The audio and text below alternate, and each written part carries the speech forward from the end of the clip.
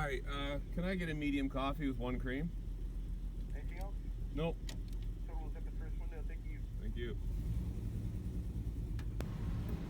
Hi there, 195. Thank you. Have a good one. Thanks, man. You too. You work all night? You work all night? Yeah, 10 to 6. I gotta say though, love the ride too. Thanks, man. It's too hot.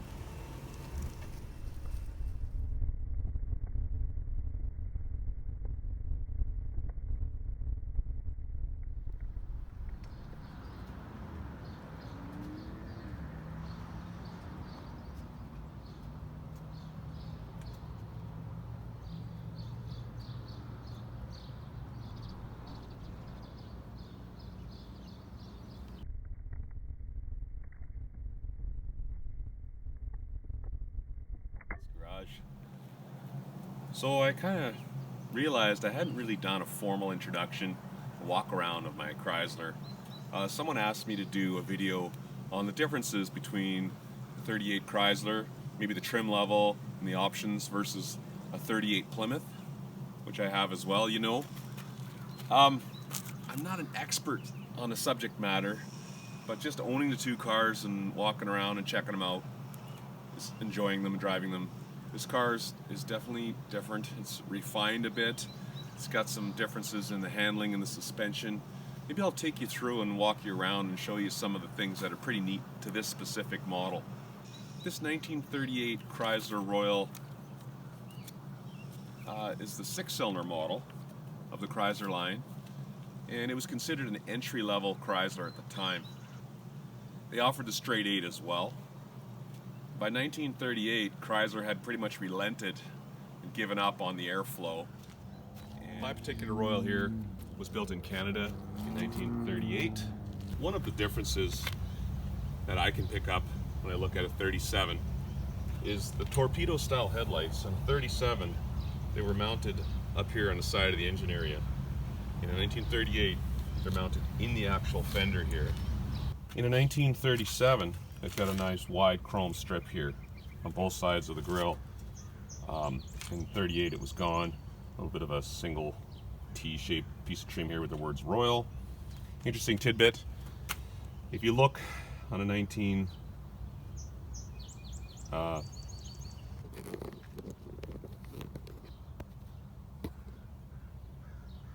he's here checking out my car.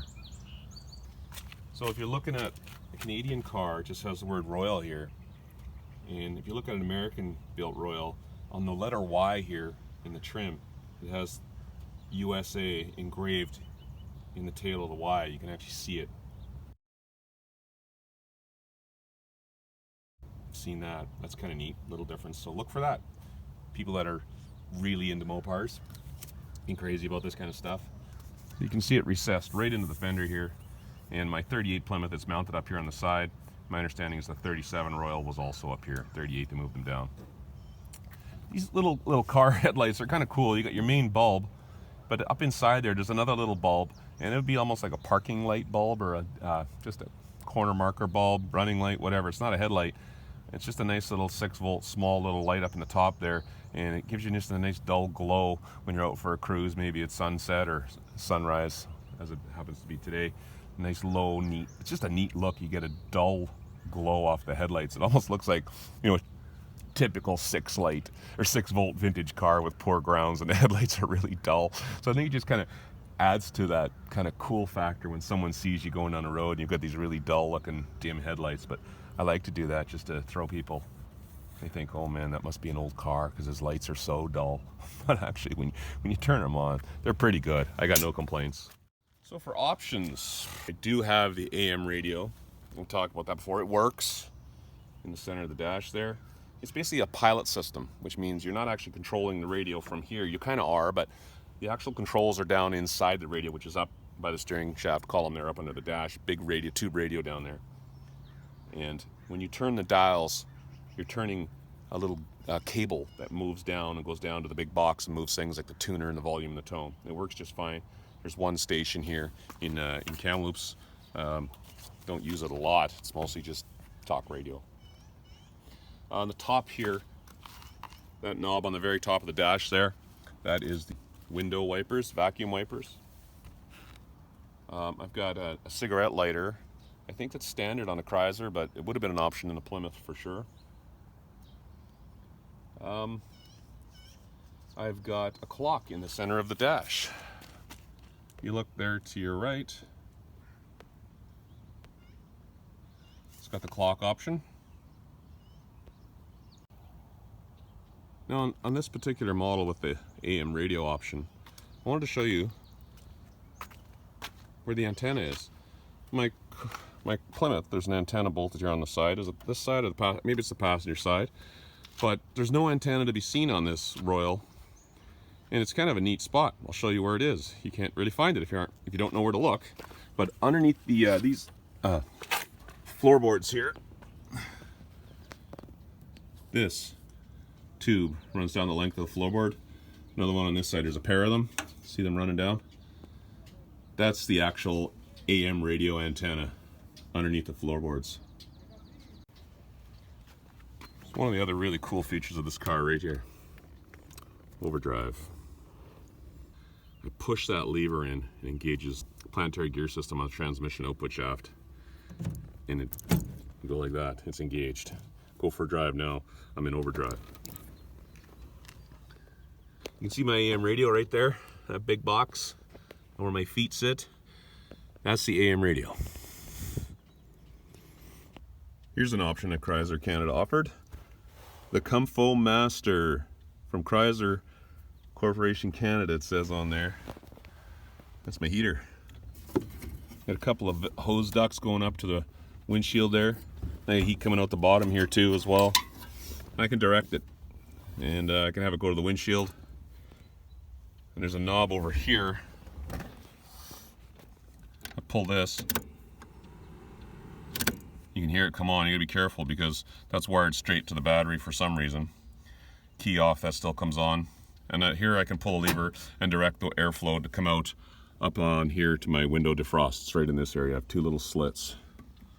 And if I push it in, it takes it to the floor. And up underneath the controls, handbrake, steering over in this area, kick panel. There's the original dealership plate from 1938, Begg Motors, Vancouver, British Columbia. That's where I bought the car, in Vancouver. It's been in the Lower Mainland area there, Vancouver, its entire life. And what's really cool is my 1938 Plymouth also came from the exact same dealership, Begg Motors. They had a branch on Vancouver Island in the city of Victoria. And my 38 Plymouth came from Begg Motors in Victoria. My 38 Chrysler came from Begg Motors in Vancouver. Another interesting tidbit of information.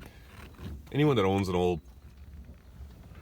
Chrysler product from this area probably knows this, but if you're new to this model or the era, this is the glove box over here. It's got the optional locking glove box lock there.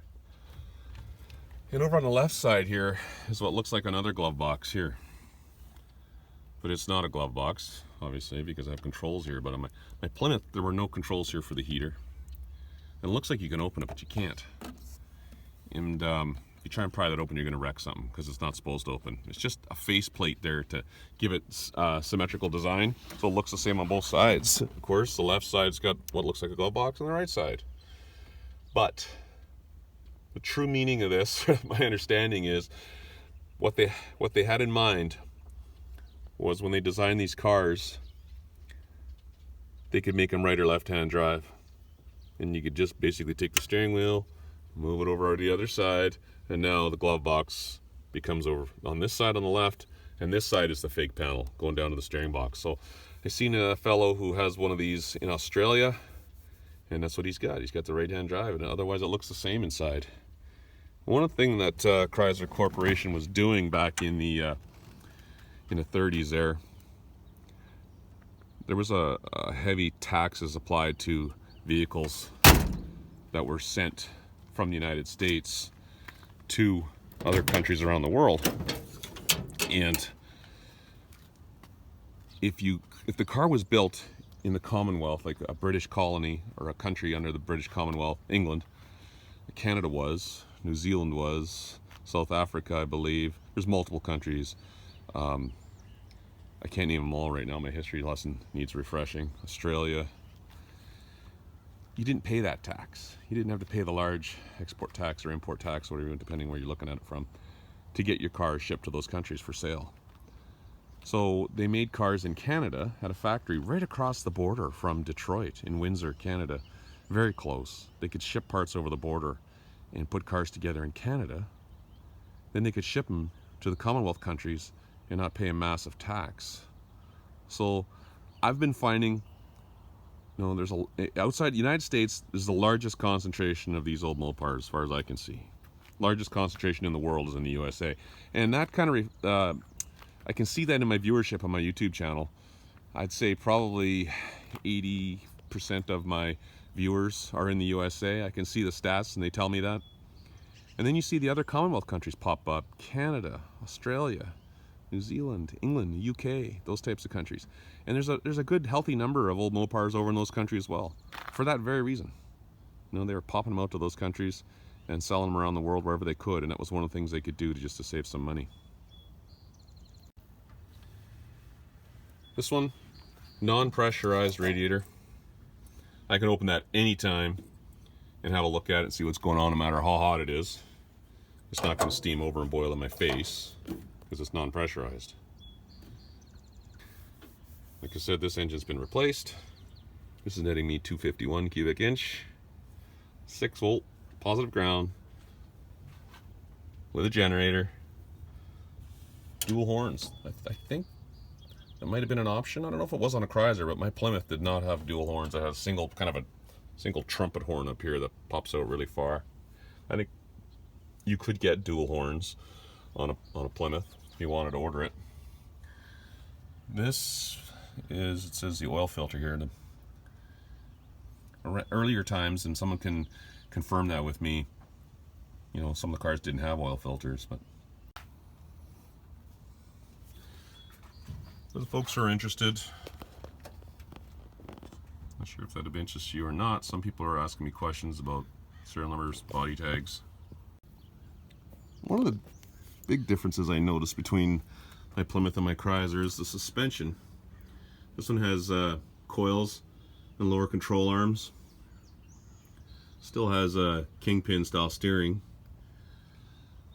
but the steering joints there, you got a short arm on this side and a long arm on the other side. And it's interesting when you're driving and you hit little bumps. This behaves a little bit differently. That's supposed to give a smoother ride. My Plymouth has just leaf springs on all 4 corners.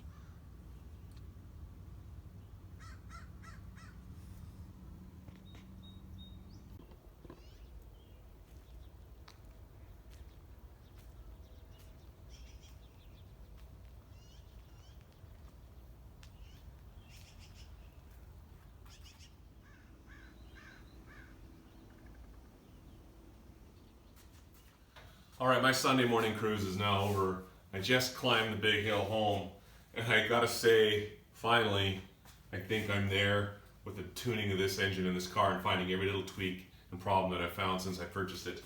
That was the best pull ever home. Really good torque, good power, smooth, good acceleration, really good.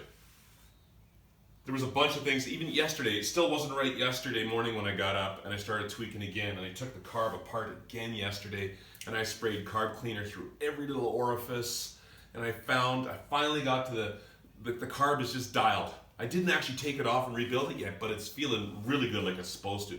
There's no more surging. There's no more misses. Smooth acceleration and idle. We got the accelerator pump working properly. Good, nice squirt of raw fuel. We got the air fuel mixture set. The float level is bang on. We got every orifice cleaned. It's working. It's dialed.